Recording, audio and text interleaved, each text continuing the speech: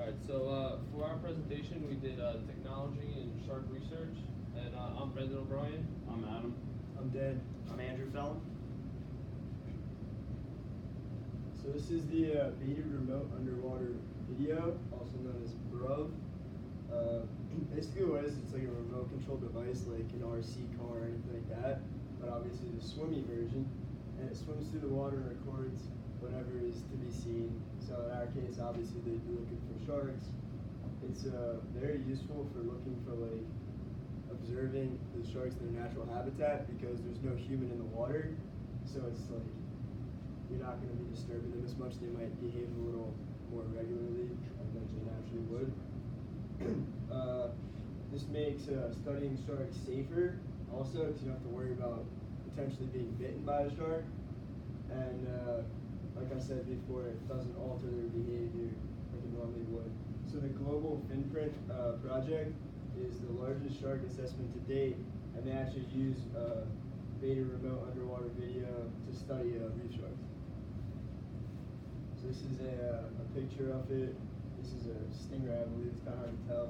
You can see the apparatus really well, and up there is with the shark. And the bait is out here, so it kind of draws the shark in, and you get a nice up-close video of it.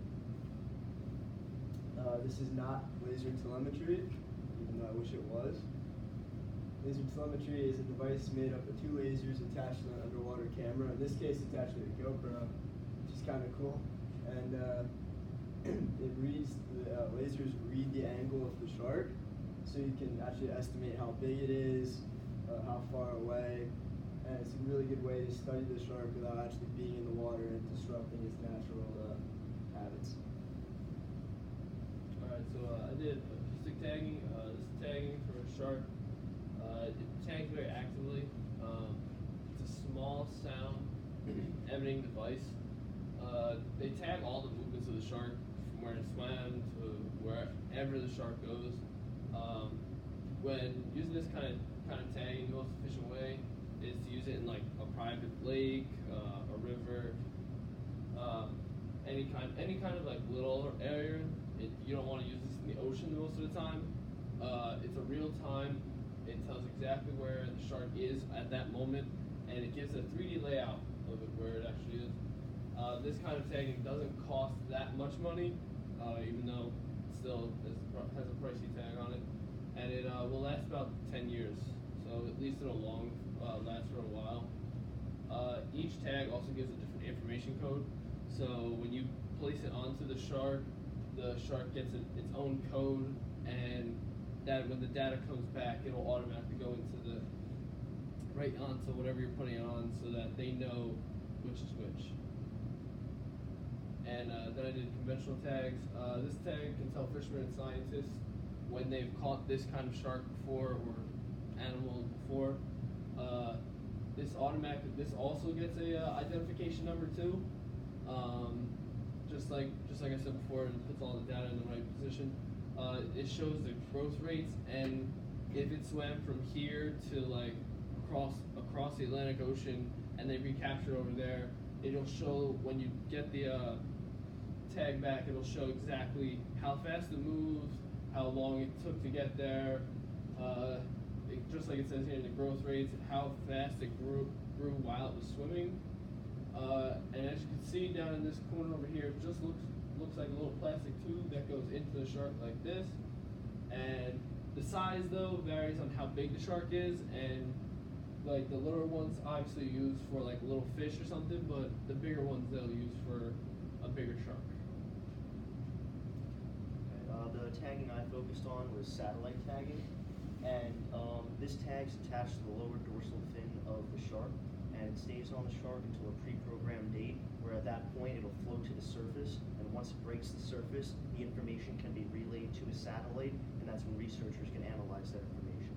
The satellite tag, some of the things it tracks is the water depth, water pressure, as well as the location where a shark has traveled. But generally speaking, the satellite tag isn't viewed as one of the better tags. The spot tag, smart position, and temperature tagging system is viewed as much better. It's much more precise. It can track a few different things, such as light sensitivity and salinity. And the spot tagging is also very efficient because every time a shark breaks the surface, the information can be relayed to a satellite. CritterCam has changed the way researchers are able to gather information. It's been known as one of the most influential changes in marine life research. The cameras are attached to the fins of sharks and other wildlife with clamps, adhesive mounts, or suction cups. The footage could be broken down into slow motion, and it's good for tracking feeding habits of animals, reproductive behavior, but most importantly, we're just simply able to see, the perspective of the animals themselves. We just have a video.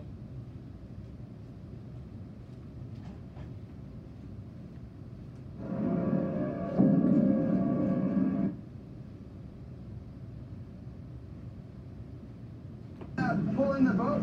Yeah.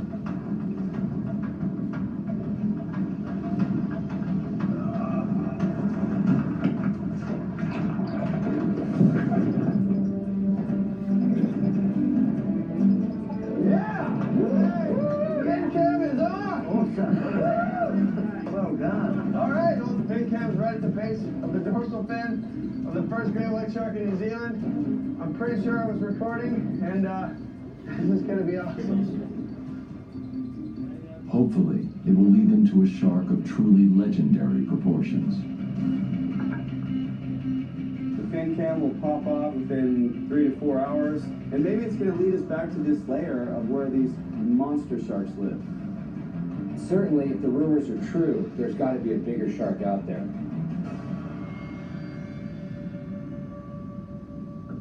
The camera is recovered near the shoreline, 5 miles from the wreck.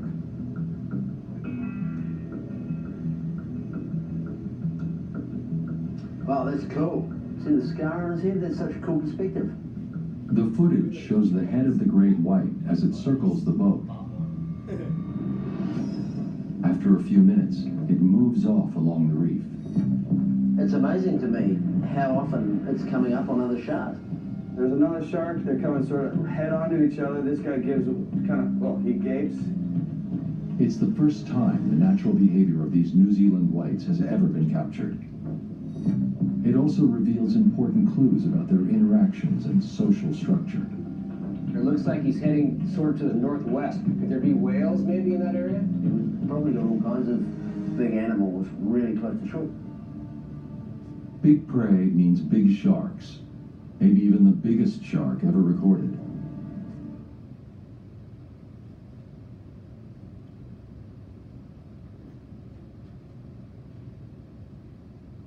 Alright, so I did the time depth recorder, also known as TDRs. TDRs are miniature tags that record the depth of a tagged animal. They can also get information on water temperature, swimming speed, and stomach temperatures. The data collected by TDRs is not transmitted, but is stored on an internal memory. The advantage of TDRs is they can get more detailed information than satellite tags can. One disadvantage is that they have to be collected from the animal. This means that you either have to capture the shark or you have to use a remote to release the tag from it. I also did the shark shield. As you can see, we got a shark and shield. What is it? A shark shield is a device that emits an electric field meant to deter sharks in a small radius. It works by overstimulating the shark's electrosensory system. The radius of the shark shield is about 2 meters. There have been studies checking how well the shark shield works. In one study, there were 279 shark encounters with the shield inactive and only 43 when it was active. In another study in Western Australia, it showed that the shield prevented 90% of the encounters. The shield has about a 5 to 6 hour battery life when fully charged. Yeah, that's it. That's all we got. Thank you for watching. Thank you.